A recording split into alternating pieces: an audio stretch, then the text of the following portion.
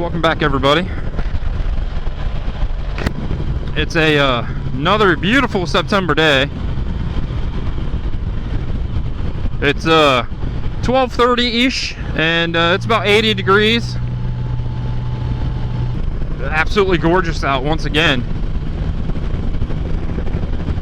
Able to go for a decent ride yesterday. Had a good time.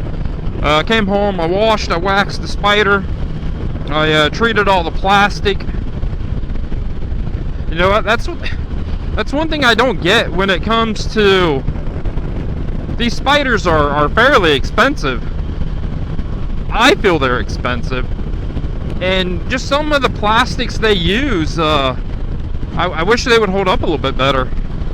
They seem to fade quite easy. But when it was in the shop last, they detailed it for me.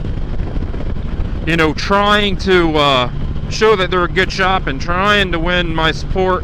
And we are going to go left here, and they have a stop sign. And they use this silicone spray on the plastics, and I just could not believe how well it looked. So I asked them what it was, and it's like SC1 or something like that. I'll look at the house, and you spray it on, you let it set for a couple minutes, you wipe it off, and it's not like Armor All where it leaves a residue behind.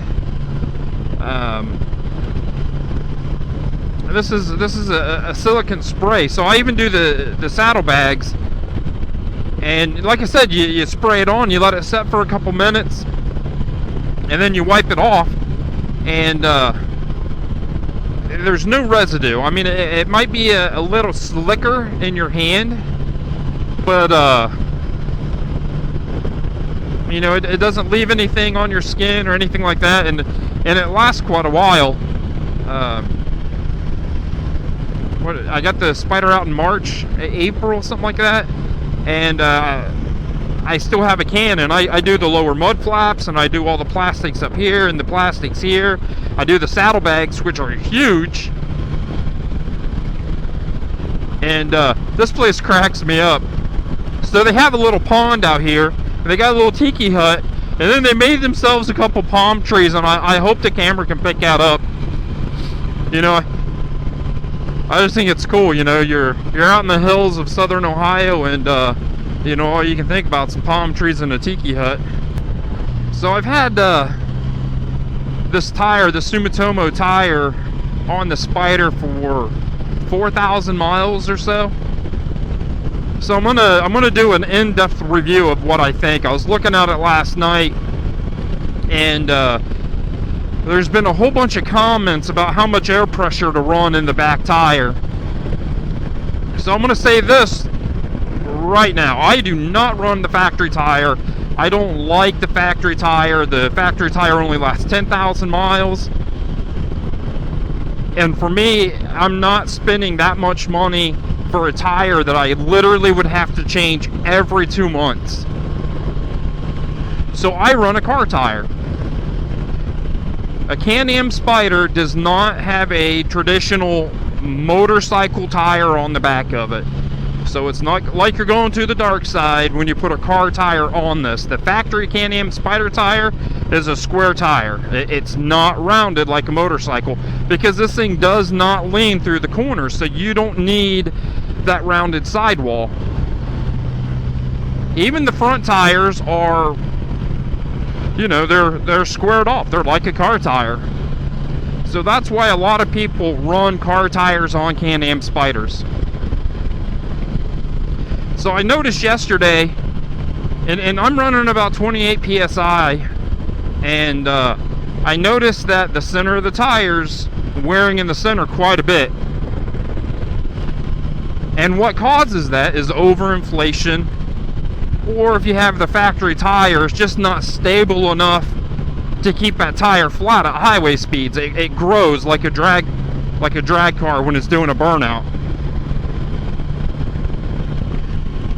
So there's been a lot of talk, you know, how much air pressure should you run? So if you have the factory tire, that's The sidewall on a factory tire is not very stiff. It cannot support a lot of weight. So I would run close to what factory says, maybe a low of 25, and let it wear out like normal. It's gonna wear out, you know. Sometimes you can get 12. I've heard some people get 14,000 miles out of a back tire. I've never been that lucky. So since I run a car tire can support a lot more weight than the factory Kenda tire. The load range on them is a lot heavier. So with them able to support more weight, theoretically you can lower the air pressure in them and run a lot lower air pressure, and they support the weight just like the factory tire. So believe it or not, I went from 28 psi down to 21, 22 psi, which in a car you just simply would not do. But since this is a Spyder, it only weighs 934 pounds. With me on it, you know, I don't know, I'm a big boy. I'm 265, 270 pounds. That one tire can support the whole weight of this vehicle and me on it.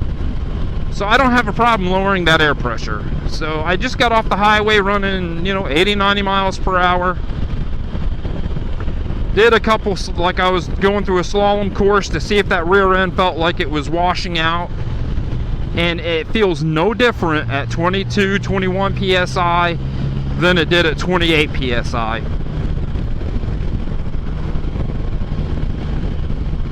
So I'm gonna run it between 20 and 22, you know, for the next 3,000, 4,000 miles. Where are we at? We're at 34,600 right now. And then I'll come back and let everybody know what I think about running the rear tire at a lower air pressure. But right now, I mean, I'm going through this stuff like I normally would, and that rear end is not washing out any.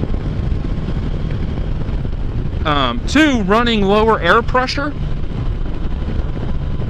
should help the traction of this back tire. You got to think about it. If your tire's overinflated and it's has a big hump in the center of the tire, that's where you're getting your traction from. So you're getting your traction from yay much tire. Well, if you lower the air pressure to where it's wearing evenly across from shoulder to shoulder, well, now your contact patch might go from this to the whole width of the tire. So when you have more rubber on the road, you have greater traction.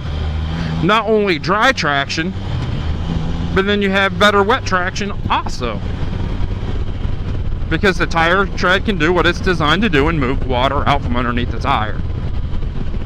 So that's what I'm going to do for the next couple thousand miles.